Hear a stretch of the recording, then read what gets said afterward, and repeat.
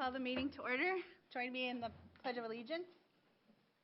Pledge allegiance to the flag of the United States of America and to the republic for which it stands, one nation, under God, indivisible, with liberty and justice for all. Good evening and welcome to the Albert Lee School District 241 board meeting. We now are at the open forum part of the agenda. Is there anyone that would like to join us for the open forum? All right, seeing none, we'll move ahead to item number 4, celebrating community success. Dr. Funk? So Anita and Kathy, why don't you come on up here, and let's do it down there. Down there, yep.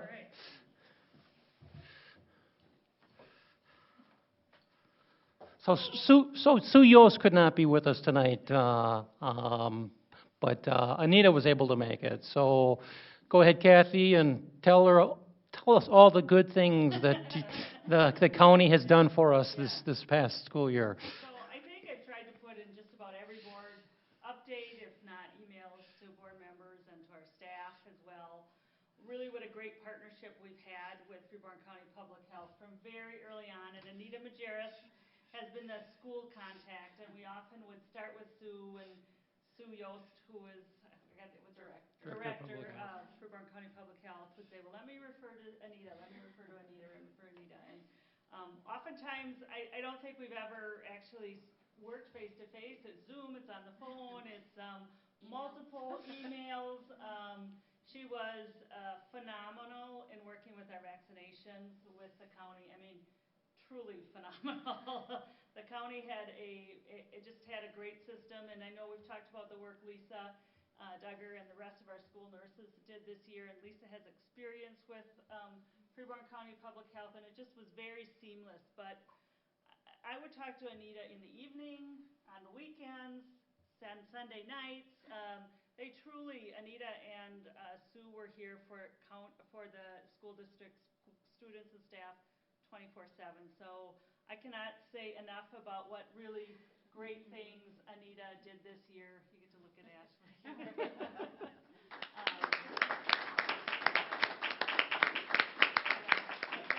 and work with Sue Yost. They were just an amazing community partner. So thank you. Well, thank you very much. Do you want to say anything to the board? I didn't know if I had to. No, I really appreciate all that Kathy did and what the nurses have done over the school year and beyond. And you two were there and responding to my emails and questions, and it's been great working with everyone. Dr. Funk, we've shared lots of emails too, and I guess I enjoy the statistics that I sent out, so that was fun to do that and see how things progressed, and hopefully now we've had 2 cases in the last week. Well, Sue's been gone, so that's good. Still getting the questions from people. It's interesting, but yeah, I really enjoy what I do, and it's been great working with you guys too. So thanks a lot. Thanks. Thank you.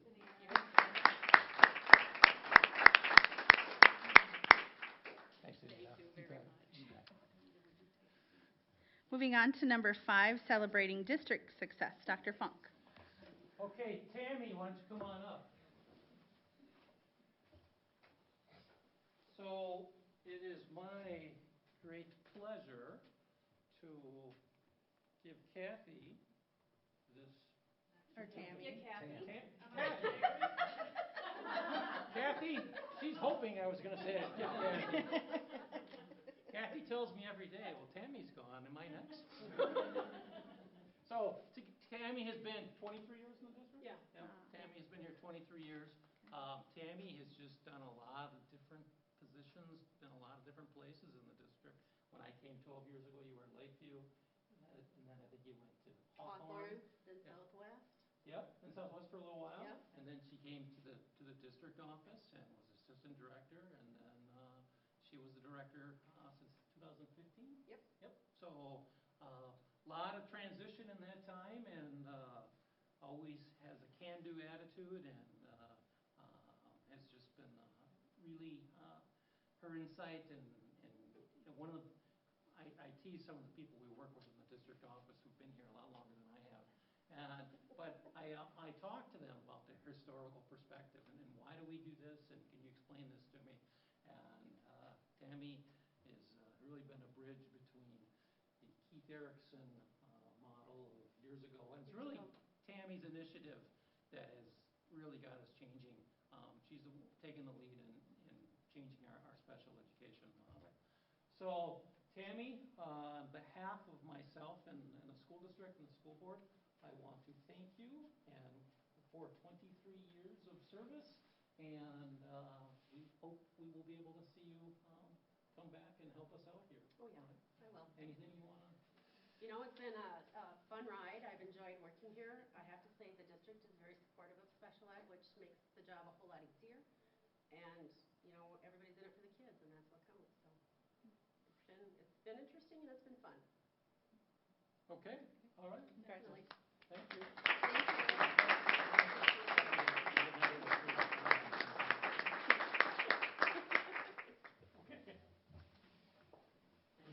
It's fun to be celebrating so many good things. We'll move on to number 6, approval of today's agenda. This is an action item, so I look for an approval of the agenda. So moved. Is there a second? Second. It's been moved and seconded. All those in favor? Aye. All those opposed? Okay, agenda carries.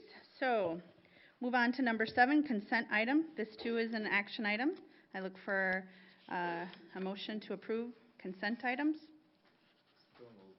Is there a second? It's been moved and seconded.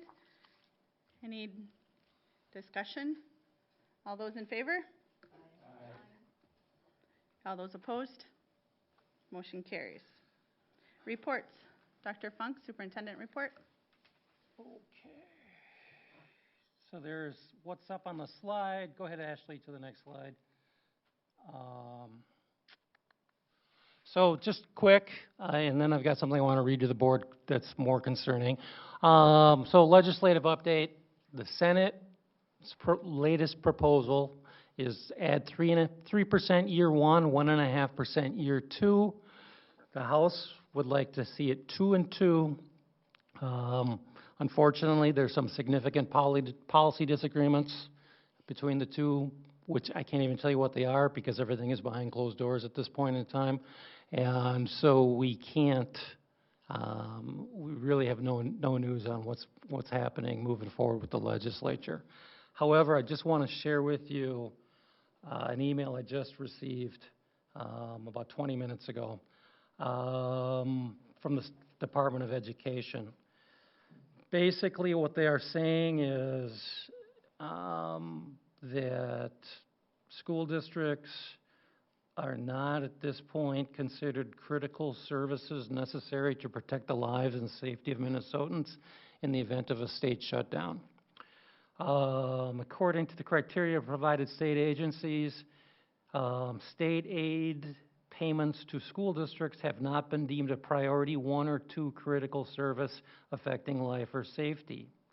So if funds are not appropriated for ongoing MDE operations by July 1st, all Department of Ed operations will be shut down immediately on July 1st. How that impacts us as a school district is we receive aid that flows through the Department of Education to run our operations. Unless they can keep the MDE people employed who authorize those payments, no federal or state aids will be paid by MDE to school districts until the state reopens. So what they are suggesting is if a district is going to need money to operate, that they go out and by June 24th, which is in like 3 days, indicate to the Department of Education that they are going to be necessary to take out these aid anticipation certificates, basically, which would be short-term loans for the districts to operate until the MDE comes back online. So that's kind of disconcerting to hear that with 2 weeks to go before July 1st, actually less than 2 weeks now, about 10 days. How legitimate is the authority of the author of that email? It's from the Commissioner of Education.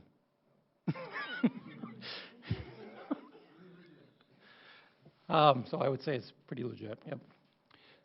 So anyhow, so these are going to be interesting 10 days. I think it just adds more pressure on the legislature to get things done.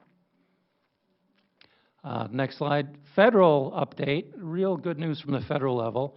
We're going to receive approximately $7 million in COVID relief funds, and we need to spend them by federal fiscal year 2025. And I'm going to be talking about what kind of our plan moving forward with those dollars is as a school district. And really the focus is on COVID relief and how we are going to reach the needs of our students in the best manner possible. So that's all I've got for the updates tonight.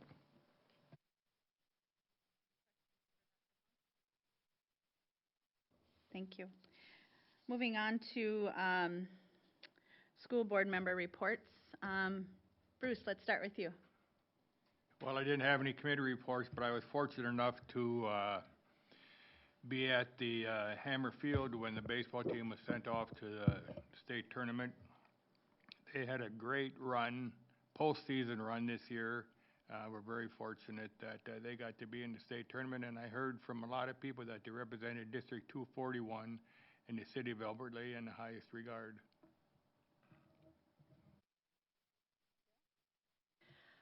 I attended along with everybody the ALC graduation, and the high school graduation is always one of my highlights of the year personally. Other than that, I attended the Freeborn County Family Services Collaborative meeting where we discussed the parent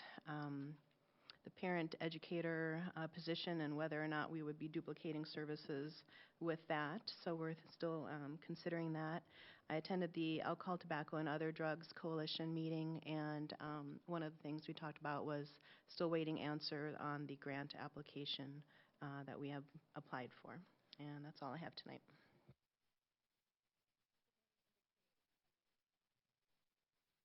Well, the funding is supposed to be released in July, so they were already anticipating it. So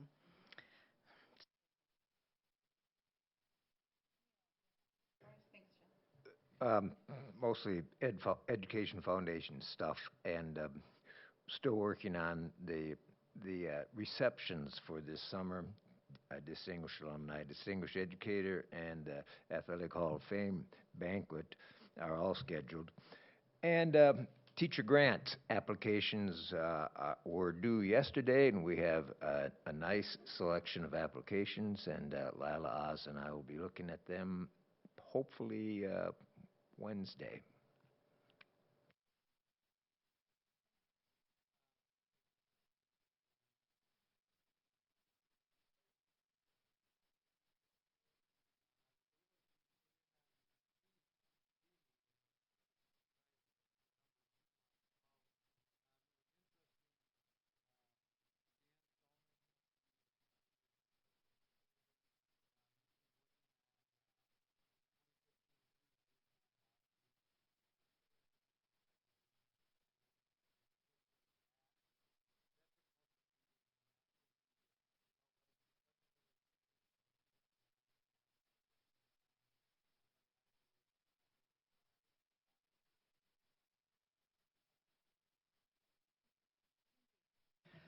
I don't have a whole lot either. The Business Education Committee was canceled.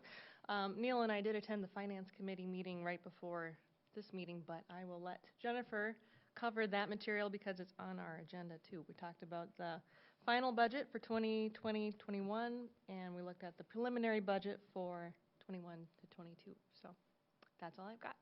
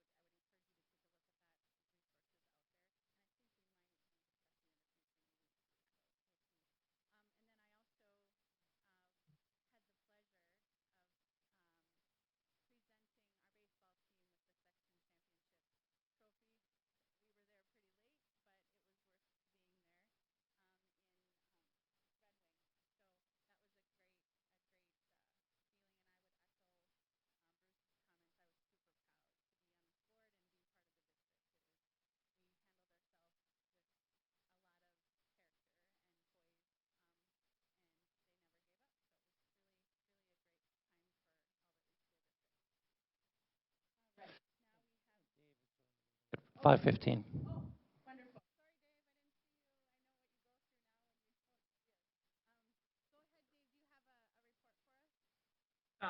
Nothing extra to report right now. Thanks, Kim. All right, so now we'll move to the teacher report.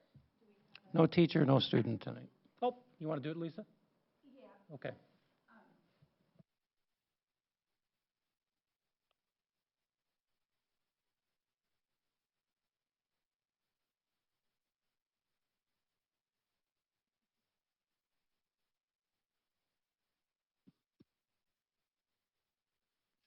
Thanks, Lisa. We'll move on to, and no students, so we'll move on to number 9, Safe and Healthy Schools, 9.1 COVID-19 Relief Plan. Dr. Funk. I just thought Lisa's come to so many board meetings lately. She just was, I had no idea she was representing the teachers. Sorry, Lisa.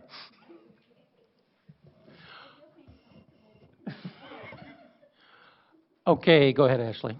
So as I stated, the good news is we're receiving over $7 million in this latest assistance from the federal government. And here's really our plan to utilize these funds moving forward.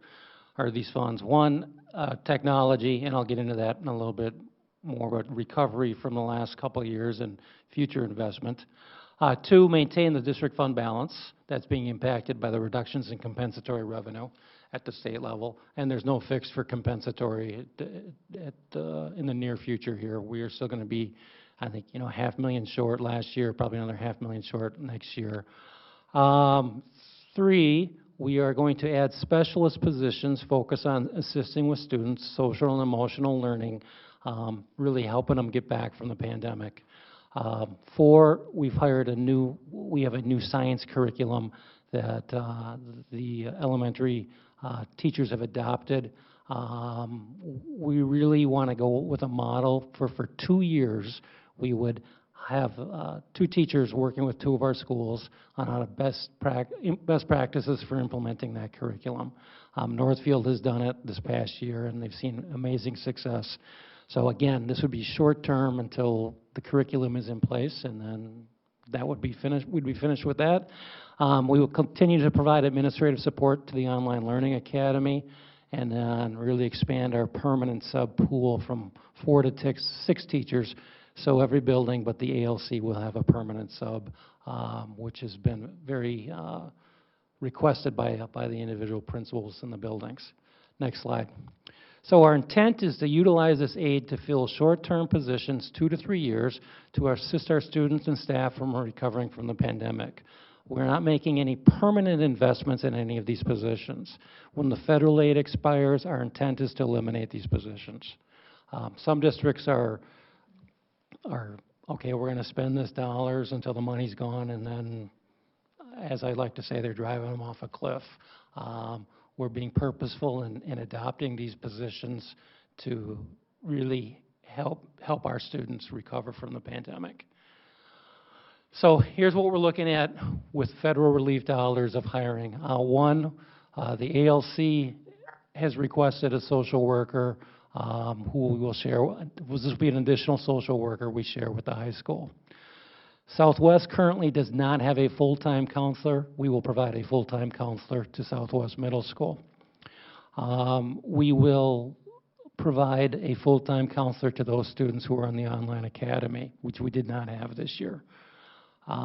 We are going to be bringing back a teacher dean at Albert Lee High School that was not filled last year due to fewer students that were on site. We're going to add 6 resource specialists, and I'll get into what these positions are in a minute here, for each of the larger buildings. The two instructional coaches for science, and then I mentioned the 2 substitutes. So go ahead to the next slide. We're going to continue with the building subs, our 4th nurse, the administrative support at the online academy, and part of the principal's contract with the online academy will be funded through the federal funds. So I want to state the good news out of this is with these relief dollars, we are going to be able to maintain some investments in our technology that we can continue to move forward with.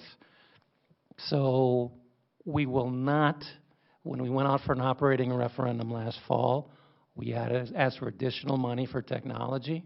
Because we have these federal dollars, we're not going to be asking for an increase in the levy. So we'll be talking about this more in July, but I will be coming to the board with Jennifer to ask you for a straight renewal of our current levy.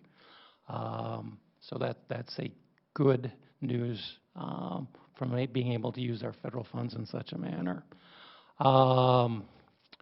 So these positions will benefit the district and our student needs as we recover from the pandemic. Go ahead. So the new position is what we're calling a resource specialist. And really, this is somebody whose focus is on identifying kids who have really struggled during the pandemic. So they will be the point of contact to work with families, to work with the administration, to work with teachers. Who's struggling? What are we doing to provide intervention services for them? How can we provide them supports more than they're getting right now? You know, we have counselors and we have social workers, but our social workers are the primary position of our social workers is special ed focused. Our counselors in a lot of cases, particularly in the elementary, are curriculum focused. Okay, we are talking about, you know, anti-bullying curriculum, second step curriculum, and really these positions are family and student focused. And how are we going to meet their needs when they've struggled for the past year and a half? So I think a key part of this slide is serving as a liaison between school and families that are identified in need of additional support. Go ahead. Go back a slide. There should be one more. Did it go back? That got blanked out. Okay. But that's the intent of the position. So we have a go-to person for families who is working with counselors, social workers, interventionists, teachers and administrators within the district to really help with students, not only academically, but socially and emotionally. Okay, go ahead, Ashley. So what are we looking for license?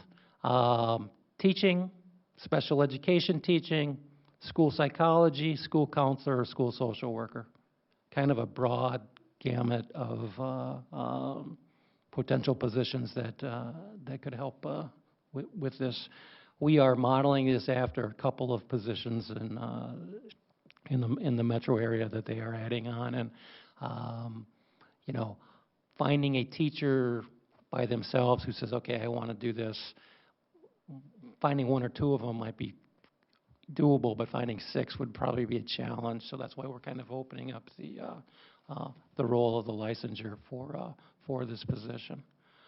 Go ahead to the next slide.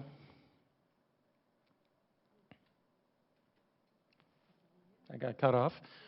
Okay, so just want to reiterate on the last slide. It was just kind of a catch-up of the fact that the federal dollars will be used for these positions for the next 2 to 3 years. This needs to be expended by fiscal year 25, for the federal fiscal year 25, and we will be able to use a significant number of the dollars to help us with the technology side of things so that we will not have to go out to the taxpayers for an increase on the referendum. And then the other thing is, the third thing is, we will be able to, the compensatory shortfalls, we will be able to backfill through some of this money. So the state's taking some of it away, and the federal government is giving it back to us. So that's kind of a quick overview of the plan. We've discussed this a number of times at various levels with the administrative teams in the district, and subject to any questions you may have. With the state shutdown, if that happens, will the federal dollars still flow through? No. So so those will be halted, but we'll receive all the dollars. Well, just a matter of when, yes.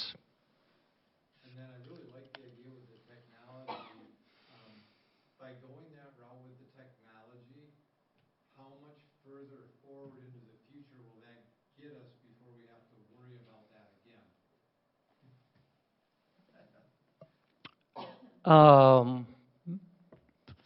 3 to 5 years. But it just takes away that whole Right. of it. I think the community would be very, very receptive of that kind of help, especially everything going on right now. Thank you. And with the substitutes, so there would be 4 full-time substitutes assigned to buildings? Let me clarify that a little bit. So currently this year, we have, each elementary has 1 full-time substitute. So that's the 4. And then the model was so successful, middle school and high school said, can we have 1 too? So we're going to add 1 to the middle school, 1 to the high school. So there'll be 6 total. And what kind of licensure do they need? Or are they just the regular? Short-term sub-license. Short-term sub, Yep. okay. And they're working 4 days a week. Okay. And then I don't see anything for Minnesota State High School League, so can we anticipate that they are going to be wanting additional fees from schools along the way? I'll touch briefly on that, and we'll put it on the agenda for July. But here's their funding model is changing. So basically, it used to be determined based upon student participation. Now they're doing it based upon student body. So the fee we're looking at, you know, I think it went from around $4,000 a couple of years ago to close to $1,000 last year. Then they added the COVID fee on top of it. Their new fee is just over $11,000, and that will be ongoing. So they're not going to be asking for a COVID fee. They're just restructuring the manner in which they are going to be asking school districts to pay moving forward. Kim?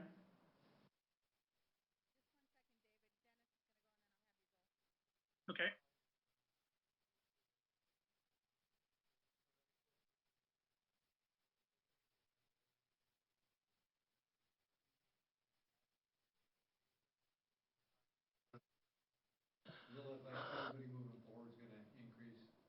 Everybody moving forward is going to increase, and I'm just waiting for them to tell us that you need to pay to be in good standing moving forward, which I've heard nothing from them yet. Go ahead, Dave. Mike, the full-time positions that we're adding now, will they be full-time into the future for 2 years until COVID funds run out? Yes. Or what's anticipated with that? Yes. Basically, there are short-term positions funded through COVID dollars. Okay, thanks. Yep. Mike, what's it, I have a little trouble envisioning somebody interested in a 2-year position. What's your vision as to So we will, basically, every position is year to year in the school district. And so what'll happen, we're not posting them as 2-year positions, we're posting it as for the 20 whatever school year, we will hire a resource specialist. And I think if we hire people and they're good people, we have people retiring and there's attrition. And we'll keep the good people that we can. But we're not going, what I don't want to commit us to is an unsustainable model moving forward when the federal dollars go away. But I'm always of the opinion, you come into a place, you do a good job, then things will work out. I just wanted to say how great news it is to hear that we can do a straight referendum and not ask for more funding from the community. That is fantastic news. I had one question. When the federal funding goes away, will that make it hard for us to fund the online academy, or will that be self-sustaining? Great. That's a great question. Our goal there is to have it self-sustain.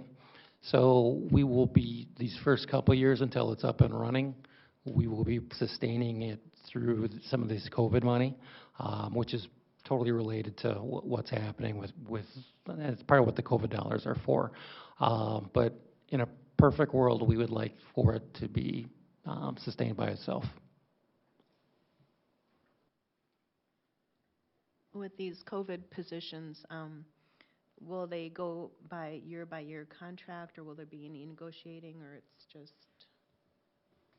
So we've just created the job descriptions for these positions. We will now send them off to be banded and graded, and then we will determine what bargaining unit they would be placed in, or whether they'll be. So that's a step we have to go through yet that we're not at yet.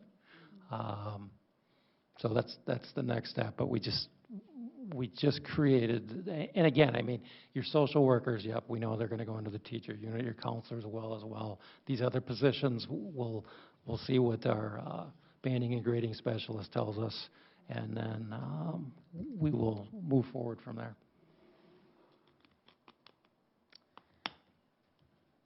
Dave, do you have anything else?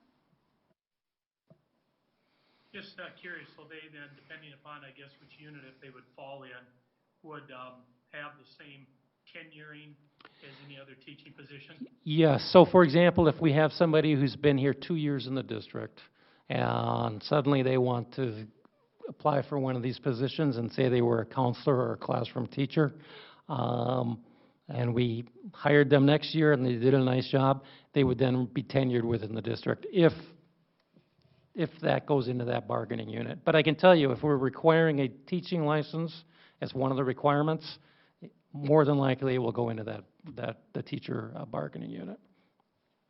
Okay, thanks. Yep.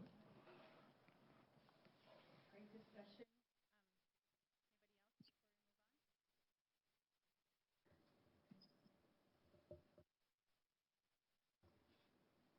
There we go.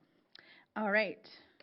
Number 10, curriculum and instruction. We don't have anything tonight, so move on to number 11.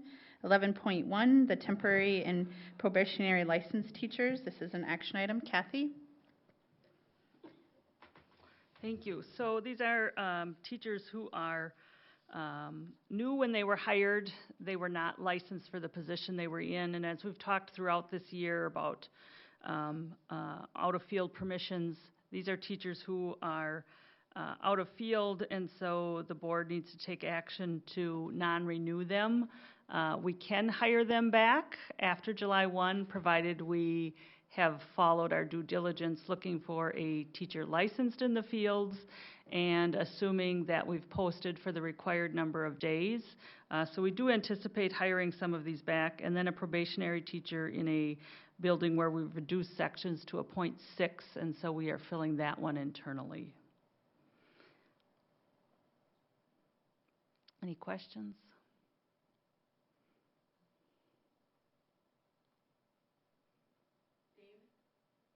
No?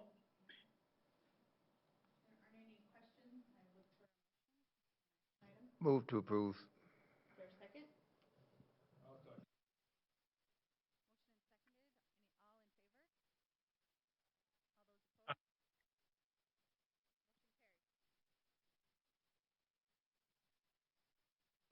All right, 11.2, long-term facilities management plan. Steve Anderson.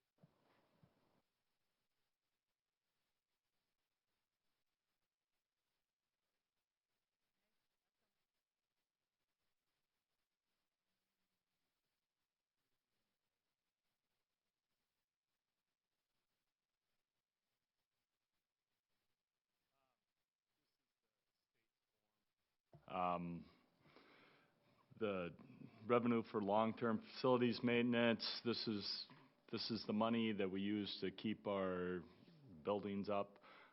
We can't use it for new things.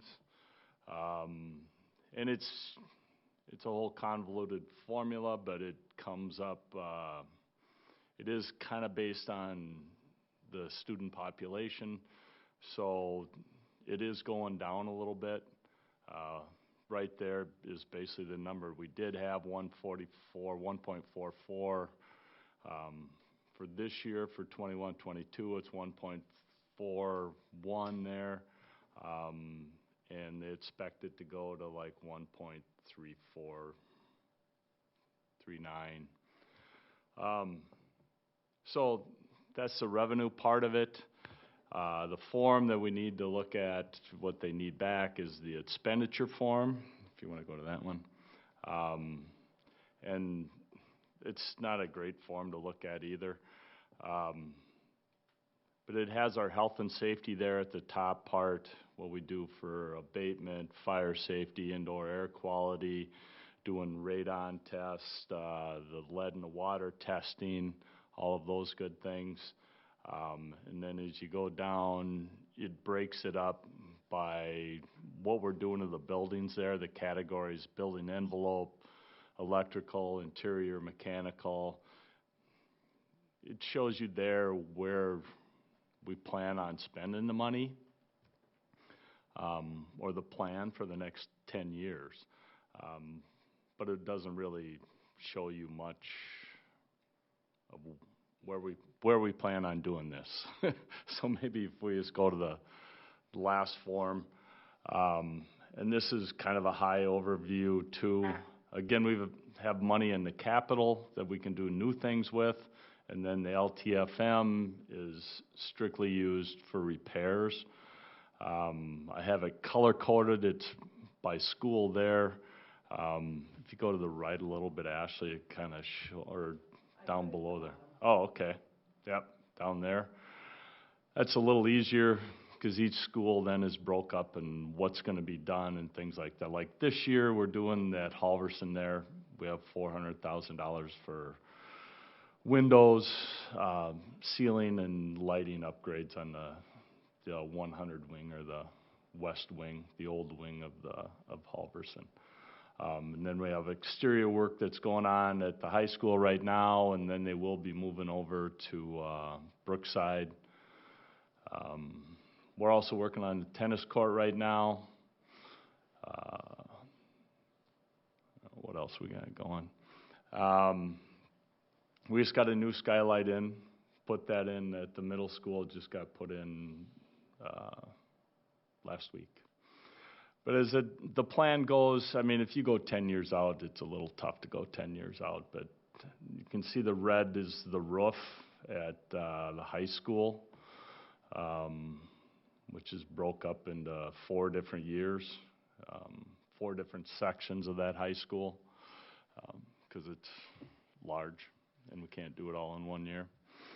And you have the other exterior work, the pavement work, and that's about it. Parking lots. The PDU is the pool dehumidification unit at the high school. It's basically the air handler for the pool. So every year we need to come forward and you guys need to approve the plan. And if you have any questions of me. Steve, is this basically the plan that we went over on the facilities committee? Yes. Okay. Yes, it is. It looks like you did a good job. I'd guessing out 10 years, but I was worried about the roof at the high school, but I see you've got that in the works, in the plan. Hey, sir, you talk about the tennis courts. Is it just reworking the pavement on it, or what was that at the courts? It is redoing the top level.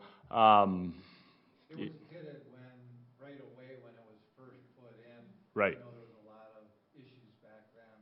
Right. With the construction that, actually the company did nothing on the school end, but is that basically what they're going to do now? Yep.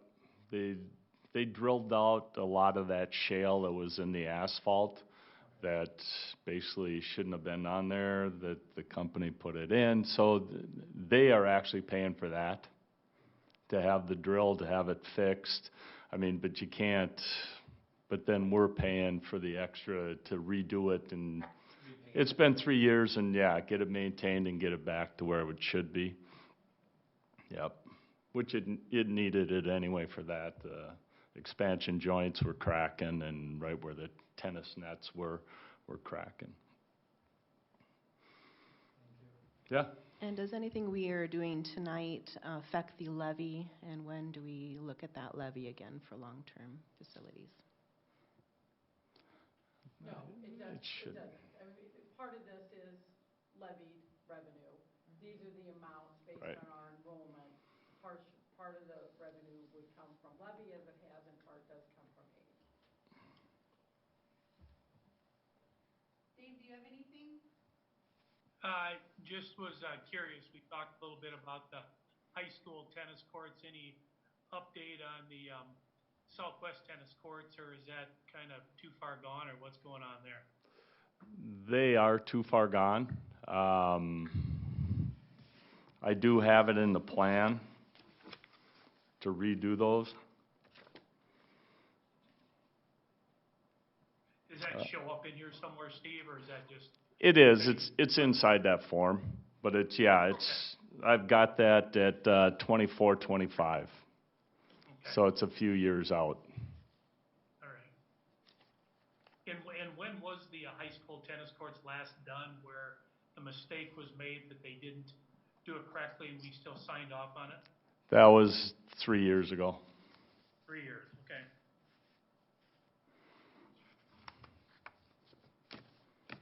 All right, any other questions for Steve? Thanks so much for your report. This is an action item, so I look for a motion. So move. Is there a second? Second. Motioned and seconded. Any discussion? All those in favor? Aye. All those opposed? Motion carried. Thanks. Steve. Thank you. 11.3, transportation contract. Dr. Funk. So transportation has been a topic of discussion really since fourth quarter began. And we are here, met with the bus company last week. We've reviewed all the data from the surveys. And what I am going to be recommending tonight is that we approve a one-tier contract with Albert Lee Bus. I'll go ahead to the next slide. With a 2% increase in both years of the contract. So we plan on moving forward with one tier. I've been questioned, if we go with one tier, can we go back to two? We could. I think there may be a cost involved with that, especially when we hire bus drivers to do a one-tier model. We're going to need more bus drivers. But if we needed to for emergency purposes, because of COVID, we certainly could do something like that. Don't know what that would look like. So I'm going to be asking the board to approve the one-tier model, and I want to give you a little bit of background on what our thoughts are as we move forward here as far as what the administrative plan will look like for the fall. And again, this is from talking it over with the bus company. So we looked at the results, and I know the board discussed them on a couple weeks ago. And we looked at two areas. We looked at what did the community think about start times, and we wanted to know what the community thought about tiered busing. And so of the responses we received, we had approximately 58% said that they preferred 8:30 or later. We had 380, or about 42%, said they want to go back to an 8 and 8:20 start of how we had it. Next slide. For tiered busing, a little bit different. We had probably 62%, somewhere in that realm, preferred one tier. High 30s preferred two tier, which led us to this proposed plan that we are planning on implementing with the bus company. All right, so we don't have the particulars on start times down yet. We have to talk with the union on some contracts, with this, particularly at the elementary level. But we're looking at an 8:10 to 8:20 start time for our elementary schools, release time at 2:50. This is almost identical to the way it was pre-pandemic. We've also were sensitive to the needs of the community, saying we'd like to start school at 8:30 for our older kids. So Southwest will be starting at 8:30. They will be released at 3:15. High school will be starting at 8:30, and 3:05, 3:10. We're still trying to work through that a little bit. high school will be 10 minutes, 10 to 15 minutes shorter than it was 2 years ago. 5 of that minutes is in the growl, which is the high school announcements for the day. The third thing we really heard from the comments from the survey was the people do not like the bus hub. So when we're meeting with the bus company, they said if we can do a 250 release at the elementary, and we can do a 315 release at Southwest, 320 would be really the time the buses would pick up. They think for our in-town kids, they can drop a number of the in-town students off before they even go to Southwest. So there will be, on the elementary kids, so there will be significantly less kids impacted having to go and switch buses at Southwest Middle School. So that was really feedback from Dick Polly and the bus folks on what they thought would be an idea to try to reduce some of the congestion out there at the bus hub. So that's what our thoughts are after, talking it over with principals, sharing the plan with them, working with the bus company. Really, this plan is driven by feedback from the community. They did not want 2 tiers. They liked the 8:30 start for the older kids. And so really, this is kind of the best of both worlds. They will still be able to drop off at the Y before the bus hub, for those kids who are going to be doing daycare at the Y, as we have historically. So thoughts or comments on that? I just had a question. I know before when we were talking Southwest, because it was a hub, one of the main issues was, well, those kids were standing around for 20 minutes. This appears that we're getting rid of the 20 minutes and it's a 5-minute interchange. It was more 10 minutes or more, but yeah, so basically, and the time of their day is identical as it is now, or it was 2 years ago, as far as minutes. So yes, the kids will basically come out the door and go and get in line to get on the bus. And then how does the morning work with this gap? Is there any ease for congestion there, or how does that work with the secondary starting later with the bus hub? Yes, because the elementary kids will be dropped first, and the secondary kids will be dropped anywhere between 8 and 8:30 there. So that should ease some congestion there as well. One of the things we have to work through is this is adding, if we started at 8:10, we'd be adding 10 minutes to the elementary day. So we have contractual issues with that, so that's why we're saying it's 8:10 to 8:20. One of the good things with COVID is we have got free breakfast universal for all of our students now. So we could use that window of time to provide the kids their breakfast. When we vote on the bus contract, for one-year contract, are we also voting on these start times? I would prefer you vote on the contract. If you tie my hands at these start times, then I have to come back to the board and say, okay, but, because, and the other thing is this, and I don't know if you remember this, but Halverson may target 250 release, but it might be a 2:55 or 3 o'clock, depending upon,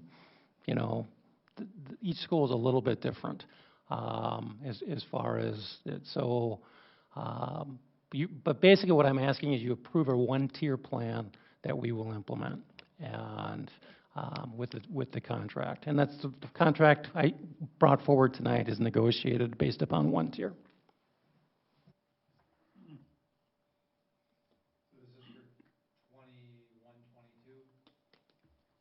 The contract is for 2 years at one tier.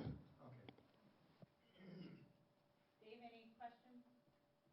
No, just, again, reiterating, we're only really voting on the transportation contract, and the start and end times will be set by the administration then operationally. Is that correct? Yes. Okay. So I understood that the start times would be coming to the board at a future meeting. Is that correct? Yeah, I mean, we will give you an update on where we're at with things as we talk with the union, but I think you're going to see something pretty similar to what I presented here tonight. Yeah, and I love that Dick and his team came up with a solution based on what the community said they wanted, and that knowing that hub is an issue. Chris, when he presented, indicated that, and so I think that's very innovative. I like that idea. And the hub's not going away completely. Let me be clear about that. I know. But he did think he could do some things to decongest part of the folks we have out there. Can the board vote on the schedule? If not now, at a future meeting? I do think the public, is expecting that we are doing that and would like us to do that. So that's why I ask. The feedback I got is very much in favor of going back to normal. I do like the idea of the one tier, and I expect I'll vote for that. But overwhelmingly, for the people I spoke to, it was like 9 out of 10 people wanted the original schedule. So it would be nice to have kind of that discussion on the board level. Yeah, I might just comment on that. I think we as a board need to be careful that we aren't nickeling, diming decisions. So operational decisions, meaning if it looks one way at one school, like Mike said, it might look different in another school, and to kind of tie the administration's hand on how that needs to look. I think we don't do that in other areas. So what's happening in the classroom, what's happening in maybe in support staff, we don't really guide that work. We guide the umbrella, in my opinion. And so by setting the tier 1 contract, we've been told by administration that they're going to work within those parameters of what the tier 1 can do, and so we're giving a range. And in the past, we typically just vote on the contract and not what times things are going. And anybody that's been on can correct me if I'm wrong, but I think we want to be careful again about really getting into the management style, or we're a governance board.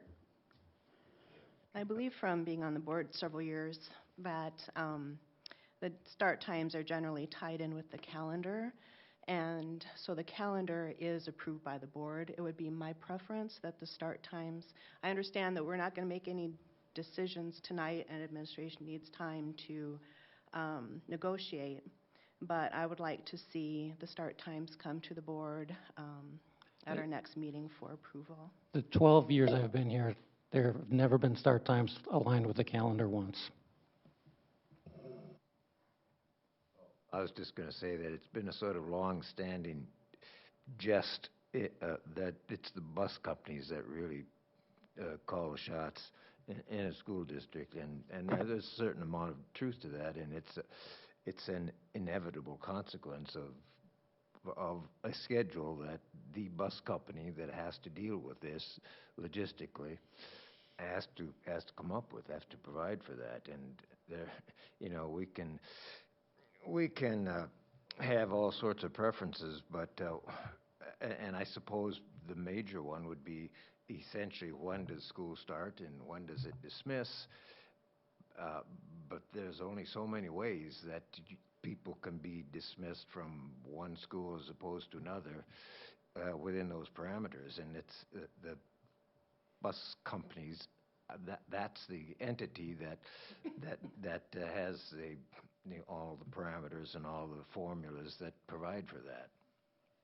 So we have to be, we're not a slave to the bus company, but that it's a pretty important factor. I just wanted to follow up and say I do appreciate the governance model. I'm very glad that we're doing that. And I know I'm new, so I'm learning a lot. From what I can tell, I think the public thinks we're involved with these types of decisions, and they want us to be. They want to be able to talk to us and feel like they can influence this. So that's why I bring this up. That's why I most likely will continue to bring this up. But just wanted to share that perspective.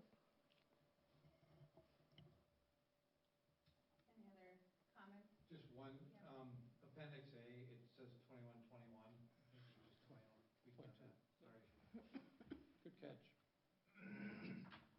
Any other?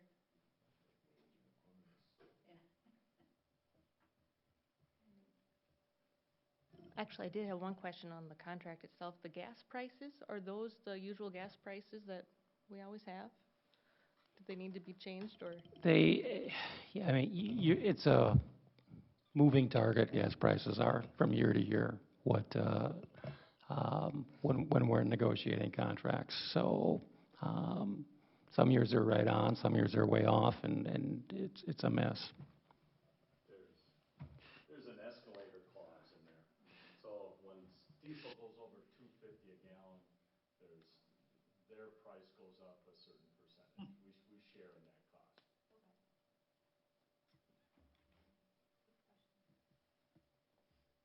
Any other questions or comments? I'd move approval of the bus contract. Is there a second? Second. All those in favor? Aye. Aye. All those opposed? Motion carries. 11.4, approval of the final budget. That's Jennifer.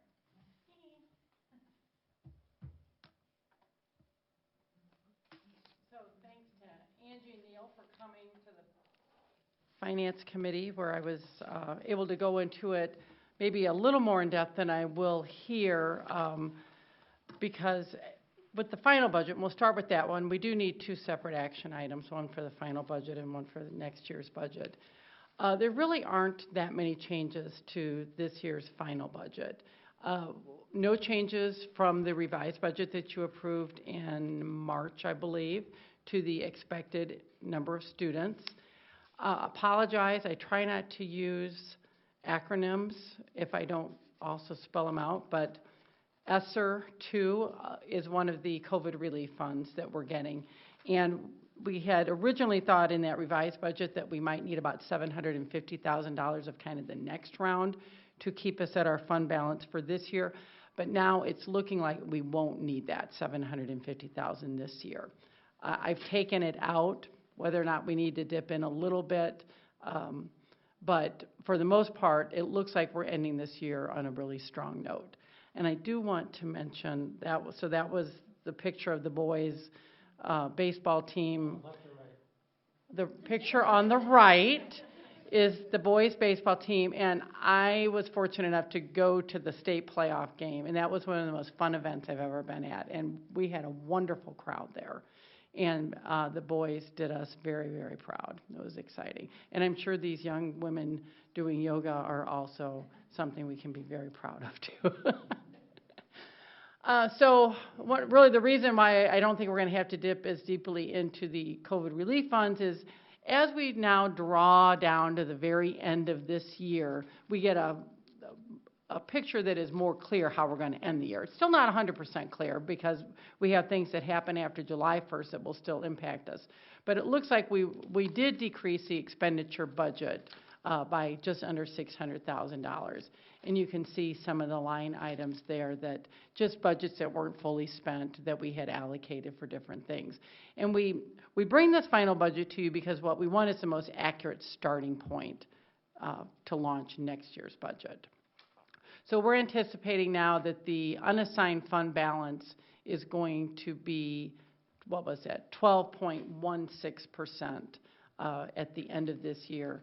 The end of last year it was 12.76%, and just as a reminder, the board policy is 12%. So that, and really there were no material changes in any of the other funds, the community ed fund, the food service fund, the building fund. We had projected that we were going to fully expend the Hammer and Howerson project by the end of this fiscal year. There's still a couple lingering things, primarily the fields at Hammer. So we're expecting we've got about $100,000 left at the end of this year that will be finished up for next year. But other than that, the general fund is really where we saw some material changes for the final budget. And then this is simply the final budget, as you guys all have in your own little booklet there. And this is what we would be asking you to approve. So I don't know if you want to do that now, or if you want to just go into the next year's budget and then do both of them. Yeah, they're listed separate, so we'll go ahead Okay. and I'll look for a motion to approve. So moved. It's motioned and second, all in favor? Aye. Aye. All those opposed?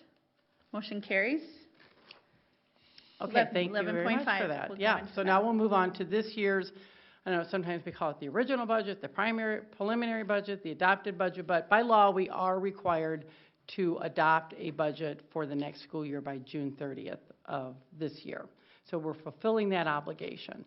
I do want to just say that thanks very much to Bria Hamburg in my office. She is essential to the development of these budgets, and she just does a really outstanding job. Unfortunately, she was ill today, so was not able to be here. But this budget, we put a tremendous amount of time and effort into, and yet there are the two biggest items, the largest revenue item and the largest expenditure item are unknowns to us. We don't have a legislative conclusion yet, so almost 80% of our budget comes from state funds, and we don't know what that's going to be. And our largest single expenditure is the teacher contract, which we won't really enter into negotiations with them probably until next fall. So we are having to make assumptions about each of those two things, and I'll address those here as we go through. Right now, we are anticipating our average daily membership to remain pretty steady for next year. That is assuming that our kindergartners that they continue to enroll here through the summer to get us up to what we're hoping that enrollment number to be.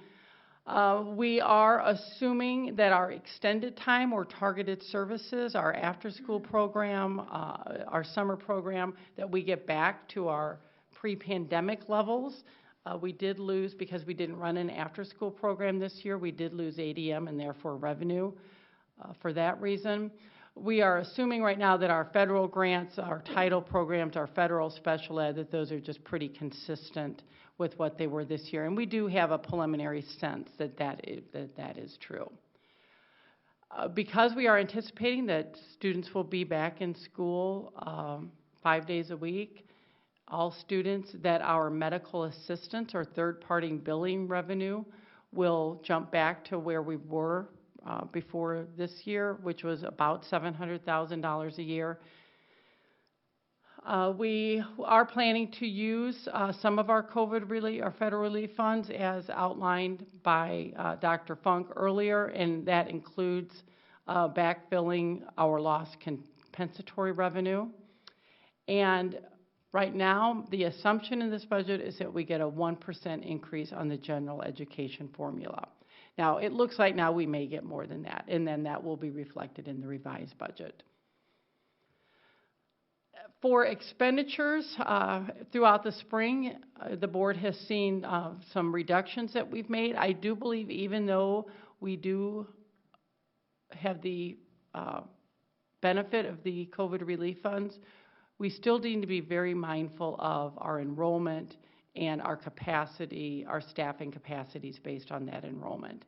And so I feel very fortunate to be in a district that is continuing to look at decisions that we need to make now to make sure that we remain financially stable even after the federal COVID funds are gone. So we made some decisions this year that will help keep us on the right track moving forward. Dr. Funk's already gone through the federal relief, some of the federal relief fund plans. I did look when you asked the question of our technology plan. So everything that we had planned to spend through FY25 or the 25-24 school year, we are now planning to use federal relief funds instead of having to take that out of our operating capital or other general fund uses. So, and that is why then we would just be going to the voters to renew our current operating referendum. Okay, Ashley. We made some assumptions for unsettled contracts in this budget. You all approved the health insurance increase of 4% earlier this spring. just approved the 2% transportation contract. We have seen our utility costs go up a little bit, and part of that is with the completion of the Hammer project, and we have a lot more going on out there throughout the year. The general liability insurance, which is our next agenda item, is a 8% increase, and we are adopting that new science curriculum that requires a fairly significant expenditure. And so that's about a $200,000 increase to accommodate that. So based on all that, many of the items, however, are truly unknowns right now, but we do project that our unassigned fund balance would be just, again, right at that 12% at the end of the fiscal year 22 budget. Food service, we are, again, next year going to be operating a program that allows all children to eat free breakfast and lunch. And it's a different program than we were on this year. I don't think that the students will see any difference. It's a little bit different funding, but the reimbursement rate is actually quite good in the program we were using this year and the one we will be under next year. Because we have a fund balance and expect that to even increase a little bit more, our new food service director is putting together a priority list for replacing some equipment, and we've already started that process, and that will be some very nice upgrades in our kitchens. Community ed, assuming that we will run the programs really as we saw in the past. The building and construction fund, as I mentioned before, we didn't quite finish all the expenditures this current year, and so we expect that by the end of next year, all of those expenditures will be complete. The debt service fund is always, that budget is always just a reflection of the revenues and expenditures needed to support the debt service payments. And then our internal service fund, which is our self-insured insurance, I was telling the Finance Committee earlier, we really picked the perfect year to move to self-insured. We had very low, historically low claims, and that allowed us to build up a really extraordinary reserve already, even after 1 year. We are giving ourselves that 4% increase, though, because we know that our claims will start increasing, and we could have significant claims increases and still have a very healthy fund balance. So feel very good about that. So then this really reflects, this budget here reflects all the things that I've just told you about to the best of our knowledge of, which is limited right now. So that's the general fund, including all of the restricted accounts, and then we've got our food service, community ed. I will note, if you, under the community education, you do see that there is the kind of the bottom restricted fund for other community service. Our daycare that we just instituted at an unfortunate time, which was literally, we opened within a week or two of the pandemic starting last March. And we know we suffered some losses last year. Because we had staff not on site, and this was built primarily for staff, but we had staff working from home this year. We haven't had a normal year, what we believe will be a normal year for our daycare center. So that will be something, we had to do a fund balance transfer last year for FY20. We will have to do that again this year. But I'm really hoping, even though this doesn't necessarily reflect it, we do have high hopes that by the end of next year, we're going to be off on, that program can sustain itself. Can I ask a quick question? Yes. Can federal funds, relief funds, be used in that area at all to help get that back on track? We can't really use it for that, but we can use it for other things that will allow us to transfer some funds into that. Yes. And we think it'll come back. And we really do believe it'll come back. And we already have much better enrollment pre-enrolled for next year.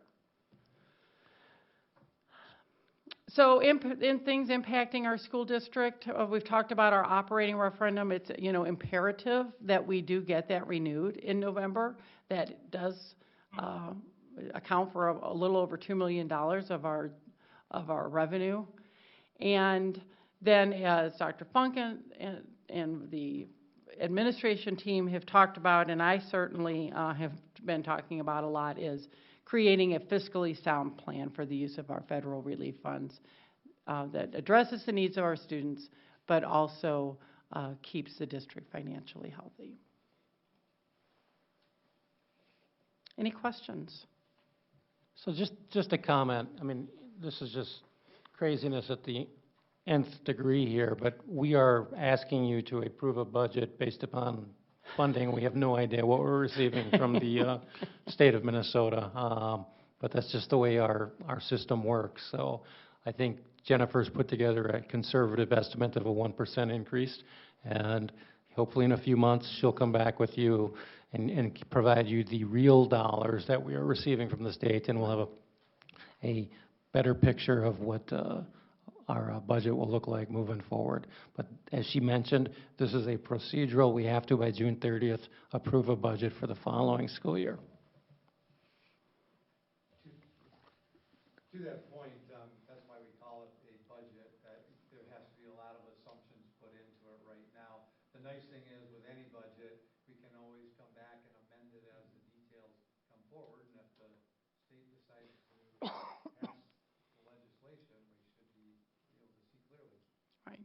Just to give you an idea, an additional 1%, everything is significant that we can get, but an additional 1% is just under $250,000 of additional revenue for the district. So even though, that's a nice amount of money, it's, when we talk about negotiations and some other things, it's not a huge windfall, every additional percent on the general ed formula that we get.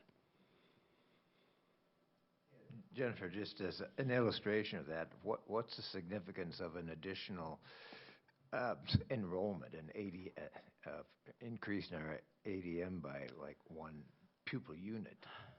Well, each pupil generates about $10,000 in revenue. So if we had 50 more students, that would be... Yeah. Well, it'd be 500,000. It'd be 500,000. Yeah. No. Right. Yeah. Yeah. So every pupil makes a difference. And every dollar we get, everything adds up. But it's comparable to that. Yeah. And I think in a district like Albert Lee, where we're fortunate that we're at least pretty steady enrollment, but we've all been hearing about inflation right now, and that prices of things are going up. And, we're seeing that, too, in different areas. And when inflation, assuming our enrollment stays the same, and so we look at a 2% revenue increase for that portion of our budget, but if inflation or if contract settlements or anything are over 2%, that's where we have to, be mindful in other areas of the budget. So when you're talking the per pupil increase like that, that would be both in person and online? Yeah, so online children generate every single bit as much as in-person students do. So the good thing there is having that as a licensed Yes. option now, if we can even draw in more students there. Correct. Keep what we have and potentially draw in more, yes. I don't know if this is a question for right now, but how do we have any idea of the OLA enrollment or any? Just opened up today. Okay. And there's a meeting on Wednesday for prospective families at 4 o'clock, and I think 5 or 6. I move approval of the original 21-22 budget as presented.